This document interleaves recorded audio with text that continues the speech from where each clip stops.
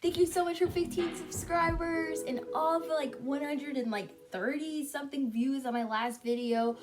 Well done, hippies. I'm literally so thrilled. I was like, oh my god, there's actually more people watching my videos outside of just my friends and my family. So it's so exciting. Thank you so much. Okay, so today's video is about submission and dominance within the LGBTQ community, specifically for our L sisters. So I do identify as a lesbian, and that's why it's really important I feel like for someone who's my age to be making this video, because growing up in this generation where the times are changing and people are identifying with the pronouns that fit the fluidity of our identities and their gender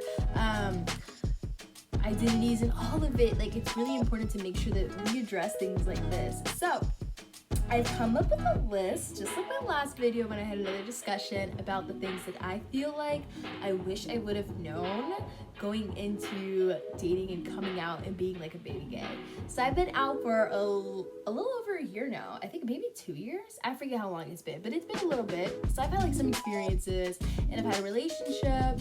So I mean, there's just a lot that you need to know when you're entering this. So let's get into it. So the first thing I want to explain is the way that this discussion is structured is we have, for every submission, there's one type of dominance. So we can think of it like the out.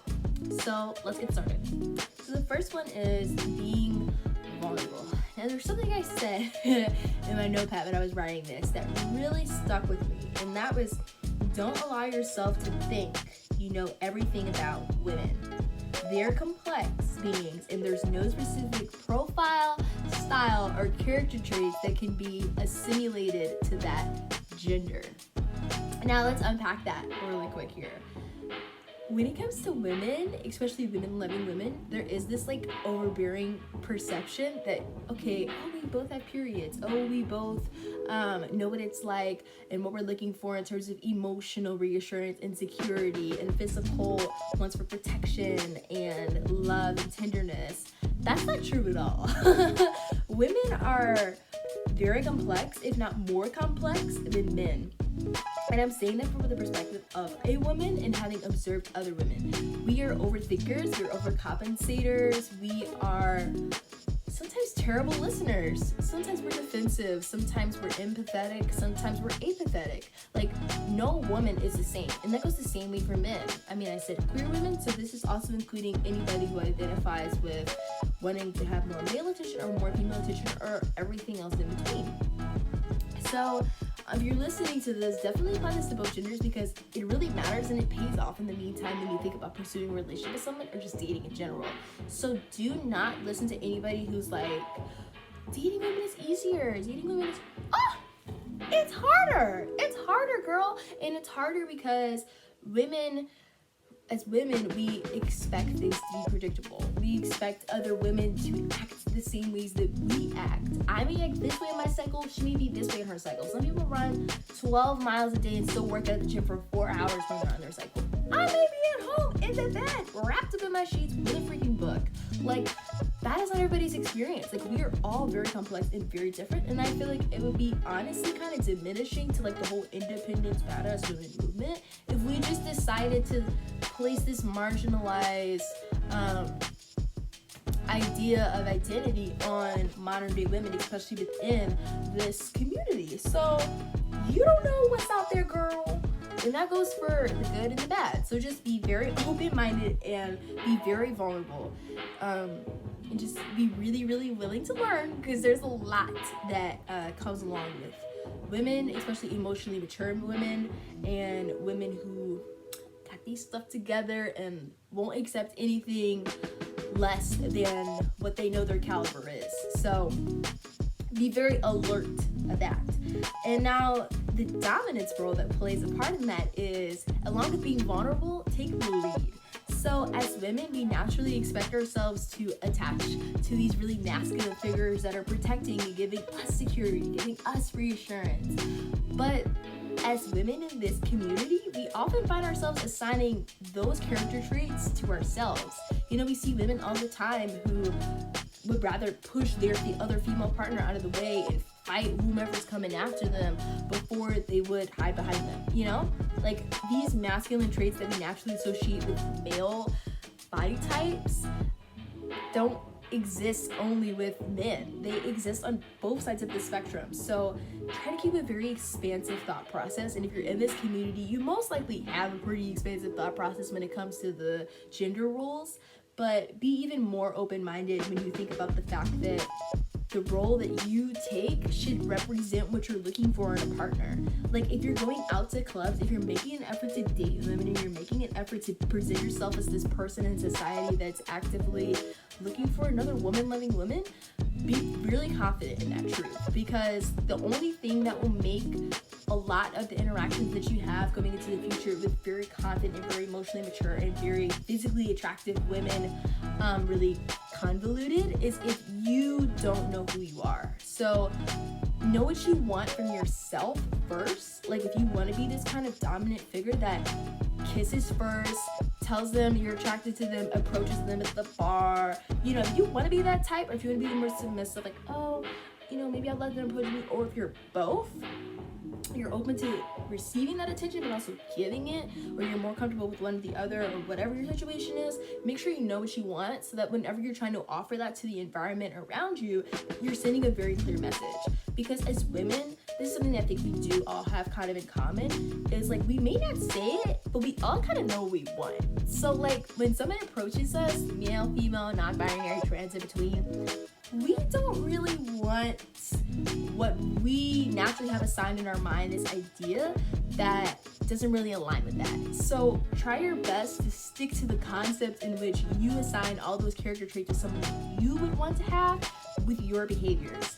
And that will really help propel a lot of your dating and a lot of your interactions with the women around you, because you're no longer going to be questioning, okay, this is what I want to receive. You'll just be questioning, this is what I want to give out, and this is now what I'm receiving because that's what I gave out. So that's a really important point, and I'm really glad I mentioned that, because Lord, if I had known that, like, give out the energy you want to receive. It's important. It's very important. And as young queer women of color who are kind of raised sometimes in environments where we're not exactly told to be proud of who we are, and we're told to suppress these really key, beautiful, colorful components of our identity, it's really important that we hone in on all those things that we've been told to hold back and use it to our advantage. Like, yes, girl, come on now. Okay, so the next thing to go along with that is a submissive trait, and that is willingness to learn. There have been gay people since like Egyptian times. Gay people are not new. Do not think that this experience and this walk of life and this type of self-hatred sometimes in the beginning, and this feeling of like release and almost like freedom but guilt sometimes that's associated with it, is new, because it's not. And there's always somebody who's come before you who had to pioneer for the rest of us who is still here. So if you can just find someone, it could just be an older cousin, doesn't even have to be a relative. Find someone online, find someone you could talk to who understands this experience and this walk of life, and who can speak their experiences into your interactions with other people, because it's really important. Because all of this problem solving and working it all out that I've done and been able to create this video now about is from experiences. I've dated someone before who's also the same sex as me for like over a year. So I'm literally speaking from experience with my family, through reviews of myself, with journaling and meditation, and all of those experiences combined and what I've learned about myself. And I'm saying, here it is, take with it what you will, and fly, you know? But that's coming from a place of experience. So although I haven't been doing this for 5 years and everything like that, it's just something that as young women, this is a knowledge that we need, because we're navigating this world oftentimes from an isolated viewpoint, as I'm the only one. I'm the only one. I don't know about y'all, but I live in a Republican state. I don't see women kissing on the street. I don't see men holding hands in the mall. in the grocery store. Like, I've seen people before, yes, I'm not lying, that I can naturally say, okay, they're probably together, they're probably gay, or they're just gay, or whatever. But to actually see like couples that are like being open and or don't have like that sense of like hesitation or whatever when it comes to their expression of their love and everything is rare. I only saw like at an event the other day, maybe like last month, where two women were actually kissing in the street. Like, girl, it don't happen that often where I live. But I don't know where you guys are in the world when you're watching my videos. I hope you're like everywhere. That'd be so cool. But yeah, so I don't see that representation very often. So be what you want to see in the world, just like you want to see in the dating realm. Be what you want to see.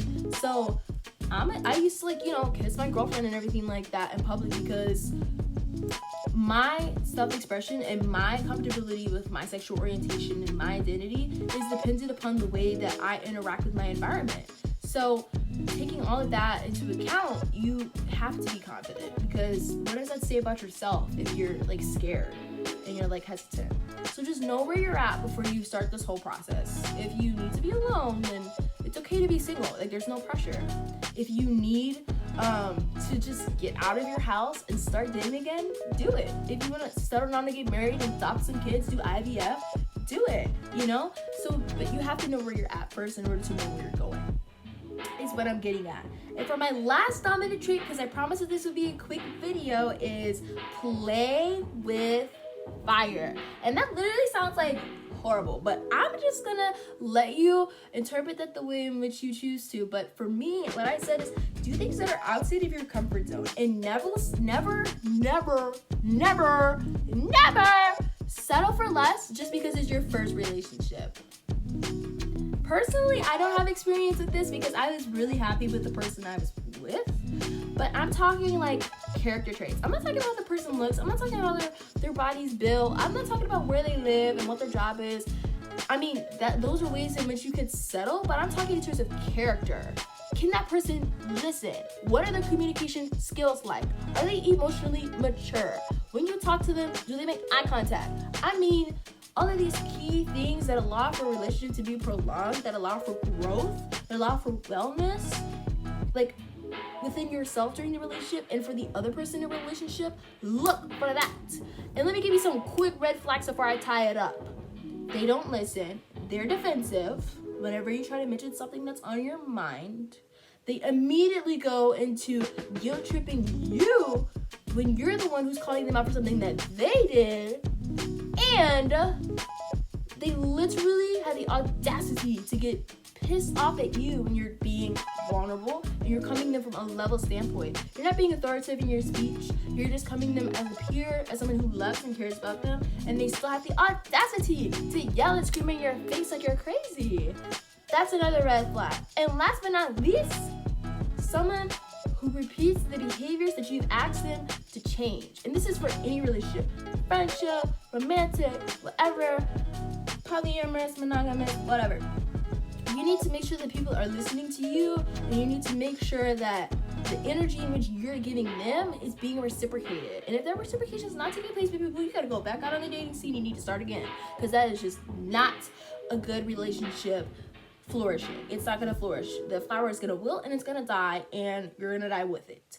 Your mental health and well-being will. Okay, so with all of that being said, ladies in the queer community, LGBTQ, rainbow children, I just want you to know that this is not an easy journey, and this is not an easy way to walk through life. And also, I'm gay. I don't know if you guys knew this before, but I'm like really gay. I've been gay for a really long time. And I'm walking in my journey, and I'm learning along with everybody else in my generation, you know? So be honest with yourself and be vulnerable and be mindful, hippies, you know? So have a great rest of your day. Thank you for 15 subscribers. I'm so excited. Put a comment below on how the experience went for you, and see you guys next time. Bye, hippies.